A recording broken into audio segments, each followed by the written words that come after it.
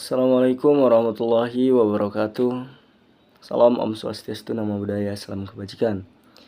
Yang terhormat kepada Bu Siti Khairiyah selaku dosen pengampu pada kesempatan kali ini, dan rekan-rekan semua yang nonton video ini.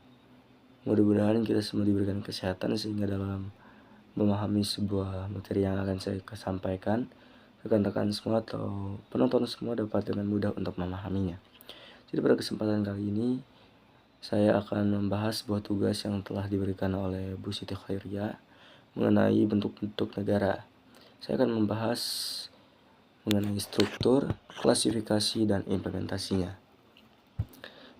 Baik, sebelum perkenalkan, nama saya Davir Landa dengan NPM 25120111238. Langsung saja masuk ke dalam materinya. Dalam kajian ilmu politik dan ilmu sosial, pemahaman mengenai bentuk-bentuk negara sangat penting untuk menganalisis struktur pemerintahan dan bagaimana kekuasaan diorganisasikan. Bentuk negara merujuk pada cara suatu negara mengatur dan membagi kekuasaan di antara institusi pemerintah, serta bagaimana hubungan antara pemerintah pusat dan daerah diatur. Artikel ini akan membahas berbagai negara secara mendalam, meliputi bentuk negara kesatuan, negara federal, negara konfederasi, negara serikat, negara monarki dan republik, dan negara transformasi bentuk negara. Langsung saja masuk ke bentuk negara yang pertama, yaitu negara kesatuan. Negara kesatuan adalah bentuk negara di mana kekuasaan pemerintahan terpusat pada pemerintah dasar, pada pemerintah pusat maksudnya. Dalam sistem ini, pemerintah pusat memiliki otoritas penuh dan mendominasi kebijakan serta administrasi di seluruh wilayah negara. Negara kesatuan umumnya memiliki struktur administratif yang terorganisir dengan pembagian wilayah administratif yang tidak memiliki kedaulatan hukum secara independen. Karakteristik utamanya itu sentralisasi kekuasaan. Pemerintah pusat memiliki kekuasaan tertinggi dalam pembuatan kebijakan dan pelaksanaan hukum, kebijakan nasional. Kebijakan dan hukum yang berlaku di seluruh negara ditetapkan oleh pemerintah pusat dan ada pengelolaan wilayah di situ. Contoh negara kesatuan itu ada Perancis dan Indonesia. Lalu yang kedua itu negara berbentuk federal. Negara federal adalah sistem di mana kekuasaan dibagi antara pemerintah pusat dan entitas-entitas subnasional, seperti negara bagian, provinsi, atau wilayah. Setiap entitas subnasional memiliki kekuasaan otonom dan dapat membuat kebijakan dengan batasan yang ditetapkan oleh konstitusi. Karakteristik utama di sini ada pembagian kekuasaan, konstitusi federal, otonomi subnasional. Dan yang bisa teman-teman baca masing-masing.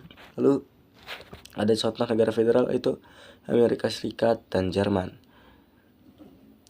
Lalu lanjut ke negara yang ketiga itu negara konfederasi, bentuk negara konfederasi.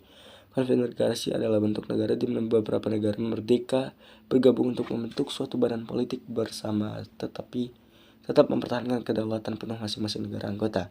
Dalam sistem ini kekuasaan utama tetap berada pada negara anggota.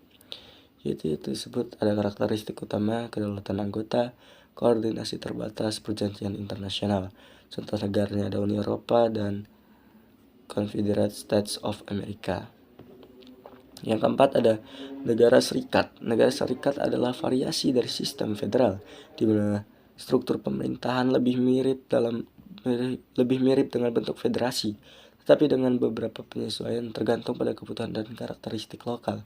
Dalam beberapa kasus, istilah ini digunakan untuk menggambarkan negara-negara yang memiliki kesepakatan khusus dalam pembagian kekuasaan. Karakteristik utamanya di sini ada pengaturan khusus, fleksibilitas. Contoh negaranya ada Swiss. Karena dikenal sebagai negara, Swiss memiliki 26 kanton yang memiliki otonomi tinggi dalam urusan lokal, tetapi dengan sistem koordinasi yang terpusat. Lalu negara yang kelima itu bentuk negara monarki dan republik. Bentuk pemerintahan negara dapat dibedakan berdasarkan kepala negara dan sistem pemerintahan. Monarki dan republik adalah dua kategori utama. Monarki adalah bentuk pemerintahan di mana kepala negara adalah seorang raja atau ratu. Monarki dapat bersifat absolut atau konstitusional. Terdapat monarki absolut dan monarki konstitusional. Absolut di mana kepala negara memiliki kekuasaan absolut tanpa batasan, contohnya Arab Saudi, dan monarki konstitusional yaitu kepala negara memiliki kekuasaan terbatas oleh konstitusi, sementara kekuasaan eksekutif dipegang oleh badan legislatif atau Perdana Menteri. Contohnya ada Inggris di sini. Lalu republik. Republik adalah bentuk pemerintahan di mana kepala negara dipilih, biasanya memilih pemilihan umum dan tidak memiliki kekuasaan turun-temurun. Di sini ada jenisnya presidensial dan parlementer. Presidensial contohnya Amerika Serikat, dan parlementer artinya contohnya India.